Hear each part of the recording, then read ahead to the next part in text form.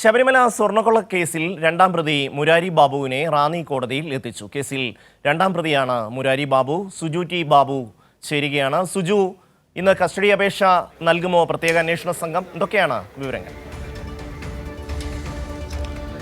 ഷമി, അല്പസമയം മുമ്പാണ് റാന്നി കോടതിയിലേക്ക് മുരാരി ബാബുവിനെ പ്രത്യേക അന്വേഷണ സംഘം എത്തിച്ചിരിക്കുന്നത്. നിലവിൽ ജുഡീഷ്യൽ കസ്റ്റഡി റിമാൻഡിലായിരുന്നു മുരാരി ബാബു. തിരുവനന്തപുരത്ത് നിന്ന് ജയിലിൽ നിന്നാണ് ഇപ്പോൾ റാന്നി കോടതിയിലേക്ക് മുരാരി ബാബുവിനെ എത്തിച്ചിരിക്കുന്നത്. രണ്ട് കേസുകളാണ് ഇദ്ദേഹം രണ്ടാം പ്രതിയായിട്ട് ഈ മുരാരി ബാബു ഉള്ളത്. ഒരു കേസ് 2019 കട്ടളപ്പാളി ശബരിമലയിലെ ശ്രീകോവിലെ കട്ടളപ്പാളിയിൽ നിന്ന് സ്വർണം മോഷ്ടിച്ചത്. അതുപോലെ തന്നെ 2019 തന്നെ ദ്വാരപാലക ശില്പത്തിലെ ചെമ്പുപൂശിയ സ്വർണ്ണപ്പാളിയിൽ നിന്നും സ്വർണം മോഷണം നടത്തിയെന്ന കേസിലാണ്. അങ്ങനെ ഇരു കേസുകളാണ് മുരാരി ബാബുവിനെ ഇപ്പോൾ റാന്നി കോടതിയിൽ ഹാജരാക്കിയിരിക്കുന്നത്. നേരത്തെ ആദ്യം ഹാജരാക്കിയപ്പോൾ പോലീസ് SIT കസ്റ്റഡി ആവശ്യപ്പെട്ടിരുന്നില്ല. അതുകൊണ്ടാണ് മുരാരി ബാബുവിനെ റിമാൻഡിലേക്ക് കോടതി റിമാൻഡ് ചെയ്തത്.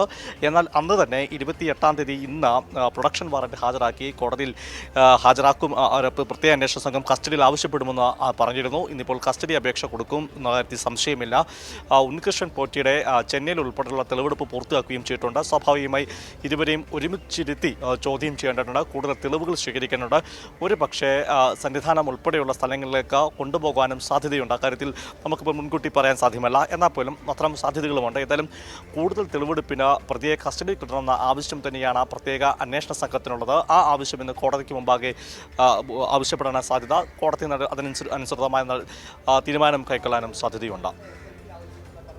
സുജു, ഇതിൻ്റെ അകത്തൊരു വിശദമായ ചോദ്യം ചെയ്യൽ ആവശ്യമാണ് മുരാരി ബാബുവിൻ്റെ കാര്യത്തിൽ. പ്രത്യേകിച്ചും ഈ ഉണ്ണികൃഷ്ണൻ പോറ്റിയുടെ ഒപ്പം ഇരുത്തിക്കൊണ്ട് ആ രണ്ടുപേരുടെയും മൊഴികളെ കൃത്യമായി വിലയിരുത്തേണ്ട ആവശ്യം പ്രത്യേക അന്വേഷണ സംഘത്തിനുണ്ട്. അതുകൊണ്ട് തന്നെ കോടതി ഒരു കസ്റ്റഡി അപേക്ഷ കിട്ടിയാൽ സ്വാഭാവികമായും അത് പരിഗണിക്കാനുള്ള സാധ്യതയല്ലേ കാണുന്നത്? അങ്ങനെയല്ലേ?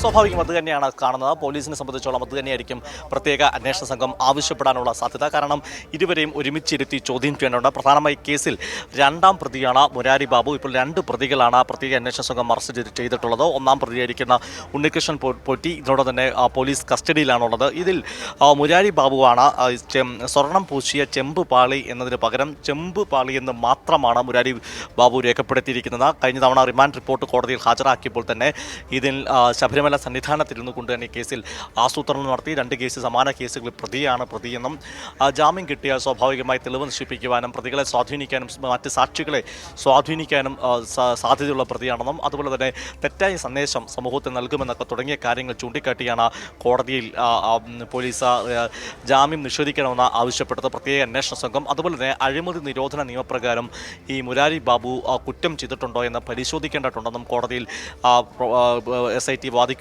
ചെയ്തിരുന്നു. പ്രധാനപ്പെട്ട കാര്യം തന്നെയാണ്. കാരണം ഒരു സർക്കാർ ഉദ്യോഗസ്ഥൻ, ദേവസ്വം ബോർഡ് ഉദ്യോഗസ്ഥനാണ് മുരാരി ബാബു. അന്ന് ഈ സംഭവം നടക്കുമ്പോൾ അഡ്മിനിസ്ട്രേറ്റീവ് ഓഫീസർ, പിന്നീട് ദേവസ്വം ശബരിമല എക്സിക്യൂട്ടീവ് ഓഫീസറൊക്കെ തസ്തികയിൽ ജോലി ചെയ്ത വ്യക്തി കൂടിയാണ് മുരാരി ബാബു.